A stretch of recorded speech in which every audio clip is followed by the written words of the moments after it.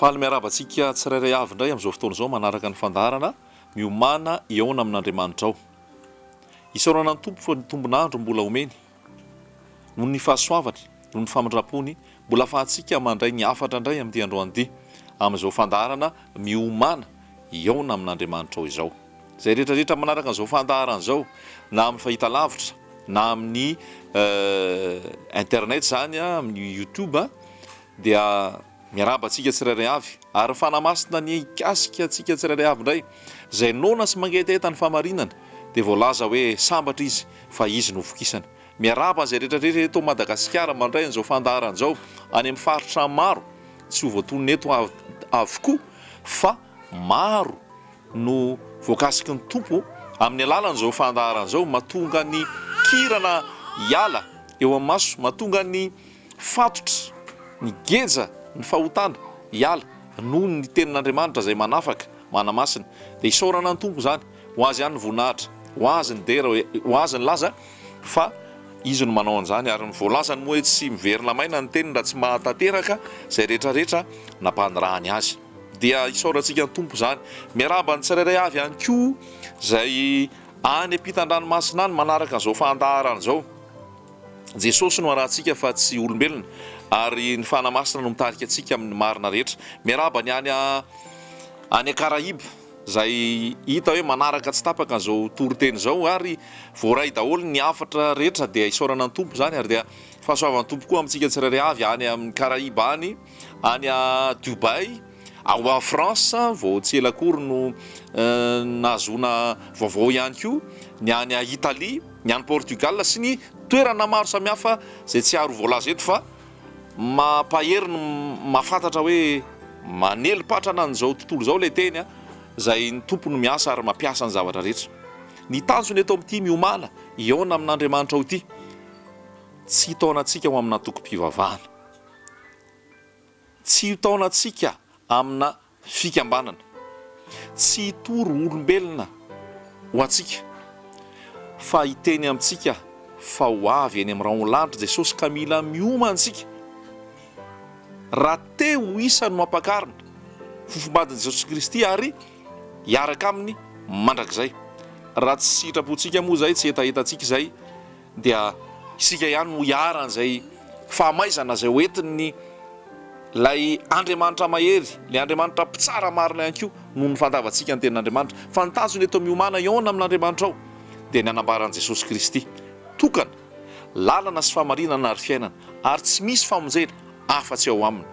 Ny maniraka anay dia Jesosy Kristy, ny fobe anay dia Jesosy Kristy, ny rafitra arahanay dia ny rafitra ny fanamasina, ny rafitra ato amin'ny tenin'Andriamanitra ary tsy ao anatin'ny fombafomba sy anaram-pivavahana sy anarana toko-pinoana izay fa tarihiny fanamasina amin'izay sitrapony, amin'izay tiany andehanana, amin'izay tiany holazaina hitondra fiainana ho an'ny olona. Feo antso miteny amintsika tsirairay avy hoe miomana, miambena, mibeba fa ho avy eny amin'ny raon'lanitra Jesosy aka rehetrarehetra izay ny bebaka marina. Ary mbola fotoana ny famindrapo izao, mbola fotoana ny famindrapo, mbola fotoana ny fahasoavana ahafahantsika miverina ao amin'i Jesosy Kristy, mamerina ny fiainantsika ho aminy ary manorina eo ambonin'ilay vatolampy izay mahatafotohana ny olona maro fa vatolampy fehizoro dia Jesosy Kristy zany. Andaontsika indray tenin'Andriamanitra indray ho fahamarinana ihany koa zany teny zany dia ny Salamo 8:7. Salamo 8:7 izao no voasoratra: mandrenesa izao ry firenena rehetra, miaino ry mponina rehetra amin'izao tontolo izao, na ny ambany na ny ambony, na ny manan-karena na ny malahelo, ny vavako hiteny fahendrena ary ny fieritreretan'ny foko dia fahalalana. Anogilana ny sofiko hiaino hoateny aho ary anonona teny saro-patarina ampiarahako amin'ny dokanga. Nahoana no atahotra amin'ny andro fahoriana aho noho ny manodidina ny aratsiany ny mpamingana dia izay matokony hareny sy mirehare amin'ny habean'ny fananany. Tsy misy mahavotra ny rahalahany akory na mahazo manome an'Andriamanitra izay avony, satria sarotra avo ny ainy ka tsy azo atao mandrakizay. Mba ho velona mandrakizay izy ka tsy ho latsaka ao amin'ny lavaka, fa hita fa maty ihany n'olo-kendry ary ny adala sy ny ketrina samy levona ka mamela ny fananany ho an'ny hafa. Araka ny heviny dia ataony fa ho mandrakizay ny tranony ary ny fonenany ahatratra ny taranaka faramandimby araka ny anarany no anonany ny taniny. Nefa na dia manana voninahitra aza ny olona dia tsy maharitra izy, tahaka ny biby izay samy tsy maintsy ho faty izy. Izany no falehan'ny olona dala ary ny taranany mandimby azy makasitraka ny teniny. Tahaka ny fanangona ondry no fanangona azy any amin'ny fiaina tsy hita. Ny fahafatesana no mpiandry azy ary anapaka azy ny mahitsy noho ny maraina, ary ny bikany ho levona any amin'ny fiaina tsy hita ka tsy hisy fonenany. Fa Andriamanitra kosa hamonjy ny aiko amin'ny herin'ny fiaina tsy hita satria handray ahy izy. Aza matahotra ianao raha misy olona tonga manan-karena ka mitombo ny voninahitry ny tranony, fa tsy hitondra na inona izy raha maty, tsy mba hidina anaraka azy ny voninahiny. Na dia miara-batena azy izy raha mbola velona, fa hideranao ny olona raha manisy sonin-tenanao ianao dia akahany amin'ny razana izy. Tsy hahita ny mazava intsony mandrakizay ireny, izay olona manana voninahitra nefa tsy manan-tsaina dia tahaka ny biby izay samy tsy maintsy ho faty. Amen. Salamy 7:7. Zatra voalaza ao anatin'io Salamy 7:7 io dia zao. Eo amin'ny sora mandry ery ambony dia voalaza hoe ny fahafoanan'ny arena amam-boninahitra. Ny fahafoanan'ny arena amam-boninahitra. Voalaza ao hoe ho an'ny manana, ho an'ny ory, ho an'ny lehibe, ho an'ny kely, na iza dia ho anao zao teny zao. Zay le voalaza eo amin'ny andininy voalohany eo hoe mandrenesa izao ry firenena rehetra. Ry firenena rehetra. Mihaino ry mponina rehetra amin'izao tontolo zao. Na ny ambany, na ny ambony, na ny manan-karena, na ny malahelo, mandray izao teny zao, mandray izao hafatra zao.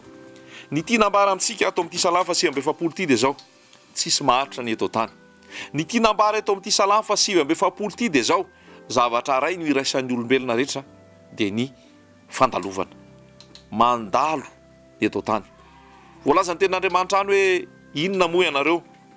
Zavona izay miserana, zavona izay miseho, vetivety ihany. Tenin'Andriamanitra dia milaza hoe tahaka ny ahitra ny fiainan'ny olombelona, ary izay voninahiny dia tahaka ny vonin'ny ahitra. Zany hoe ny tiana lazaina amintsika zava-poana izao fiainana izao. Raisitsika nge zany tenin'Andriamanitra rehetra zany. Jakoba, izay aloha raisitsika voalohany. Jakoba 4:7. Ianareo izay manao hoe anio na ampitso dia akany ananiny zahay ary toetra herintaona ka hividy sy varotra ary azo tombom-barotra. Kanefa tsy mahalala an'io ampitso ianareo. Inona moa ny ainareo? Fa zavona ihany ianareo izay miseho vetivety dia levona. Zay ny tenin'Andriamanitra. Zavona ihany ianareo izay miseho vetivety dia ho levona. Mila fantatsika olombelona zany. Na iza na izy tsika, na iza na izy tsika, na iza na izy tsika, na manahoana fahari-pananantsika, na manahoana fahari-pahalalantsika, na manahoana fahari-pahaizantsika, na inona fahari-pirazana, ny firazanantsika, na inona volokodintsika, na izy tsika na iza, na manahoantsika na manahoana dia zao zavona ihany tsika izay miseho vetivety. Ary zao no ambarako amintsika tsirairay avy. Mitovy daholo ny olombelona rehetra satria fahavalo ray no iraisana dia tsy inona fa ny fahafatesana. Ny fahafatesana ny voasoratra dia fahavalo farany ho resena. Raisitsika indray izay tenin'Andriamanitra zay. Korintianina 2:5. Dia voasoratra ao amin'ny Korintianina voalohany 2:5. Andininy 9:20 dia hoe ny fahafatesana no fahavalo farany ho resena. Ny fahafatesana no fahavalo farany ho resena. Tsisy maharesy an'io fahafatesana io. Na olona manam-bola be tahaka ninona, manan-karem-be tahaka ninona, mpahanefoefo tahaka ninona eto tany, manam-tsaina, manam-pahalalana, na olona tsara toe-panahy tahaka ninona. Maro be ny olona nalaza teto tany tamin'ny fananany arena sy vola. Maro be ny olona nalaza teto tany tamin'ny fananany fa raha ny hitatsaina sy ny fahaizany sy ny fahalalany marobe ny olona nalaza teto tany tamin'ny fahitsim-pony, tamin'ny fitiavany, tamin'ny fanaovan-tsony, marobe ny olona nalaza teto tany tamin'ny sehatra maro isan-karazany, fa ambarako aminao reo olona malaza rehetrarehetra ireo rehefa maty ireo dia maty hatramin'izao. Ary voalaza mihitsy hoe ny fahafatesana, ny fasana dia tsy mety voky. Ny fahafatesana, ny fasana dia tsy mety voky. Resika eny ten'Andriamanitra ao amin'ny ohabolana fa 7 andininy fa 20. Ohabolana fa 7 andininy fa 20. Dia zao ny voasoratra ao. Apetraka amintsika tsara mihitsy zany hoe andraisantsika zao fahamarinan'ny ten'Andriamanitra hoe tsy afaka hoaisitsika fa ty havatra ty mila raisitsika raha te andresy ny fahafatesantsika. Ohabolana fa 7 andininy fa 20 dia hozy izy hoe ny fiainatsita sy ny fandringanana tsy mety voky. Ny fiainatsita sy ny fandringanana tsy mety voky. Voalaza mihitsy zany Seola. Ny fiainatsita, ny fiainatsita sy ny fandringanana dia tsy mety voky. Zany hoe le fahafatesana, ny fasana, ny tany io dia tsy mety voky fa zay maty voarainy. Ary hoy ny voalaza hoe ny kakana tsy mety maty ary ny afo tsy mety may. Raisitsika indray zay tenin'Andriamanitra zay Marka 7. Marka 7 andininy fa 9. Marka 7 andininy fa 9. Zao no voasoratra ao. Marka 7 andininy fa 5. Ary raha ny tongotra ao no manafotohana anao, tapao izy, fa tsara ho anao ny hiditra mandringa any amin'ny fiainana noho ny manana tongotra roa nefa arina any amin'ny elo. Dia ery ambany ery misy hoe any ery ambany zany ery amin'le hoe roa, ery ambany ery dia hoe ampio hoe any ny kankany tsy mety maty ary ny afo tsy azo vonoina. Any amin'ny afo tsy azo vonoina, any amin'ny kankana tsy mety maty ary ny afo tsy mety maty. Tiana lazaina amintsika zany hoe io fahafatesana io tsy misy natohatra an'io, tsisy zavatra rehetra vitan'ny olona, zavatra rehetra hain'ny olona no manao azy, fa ny ala amin'ny fahafatesana tsy hain'ny olona zany hatramin'izao, tsy hain'ny olona zany hatramin'izay. Ny andresin'ny fahafatesana tsy hain'ny olona zany. Mety hoe manalavitra kely manembotra azy no hain'ny olona, fa ny hoe andresy ala aminy mihitsy hoe andresy an'izany fahafatesana tsy vitan'ny olona, tsy hain'ny olona. Ka izay nambarako hoe na izy ianao hoeto. Raha tianao ny andresin'ny fahafatesana, raha tianao ny velona mandrakizay, mila an' Jesosy Kristy ianao. Mila an' Jesosy Kristy ianao. Satria nahoana? Jesosy Kristy irery ihany nandresan'io fahafatesana io. Na ho ela na ho aingana, na roviana na roviana. Raha tsy mbola tonga eny aminao lanitra Jesosy dia tsy maintsy handalo an'izay fahafatesana izay izaho sy ianao. Vonona ve ianao? Fa voalaza mihitsy ny tenin'Andriamanitra fa zay manana an' Jesosy no manana ny fiainana mandrakizay. Zay manana an' Jesosy dia voalaza ato hoe tsy ho an'io kakana io, tsy ho an'io afo tsy mety maty io, fa zay tsy niona tamin'i Jesosy, zay tsy manana an' Jesosy Kristy dia fahafatesana fijaliana mandrakizay no hisy azy. Mila an' Jesosy Kristy ianao. So ianao variana eto amin'izao tany zao, so ianao variana amin'izao fiainana zao, fa ambarako aminao fa ny fahafatesana dia ho an'ny olona rehetra. Ary ny fahafatesana ozy izy fahavalo farany horesena. Tenin'Andriamanitra milaza mihitsy any amin'ny Mpitoroteny 7. Mpitoroteny 7 andininy fa 4:20 dia ozy izy hoe ka hitako fa mangidy noho ny fahafatesana. Zany hoe ny fahafatesana zany dia mangidy noho ny fahafatesana. Zany hoe efa voalaza hoe mangidy le fahafatesana. Tsisy maharesan'io fahafatesana io afa-tsy Jesosy Kristy. Ao amin'ny teny Hebreo izy dia hoe Seola, ary amin'ny teny Grika izy dia hoe Hades.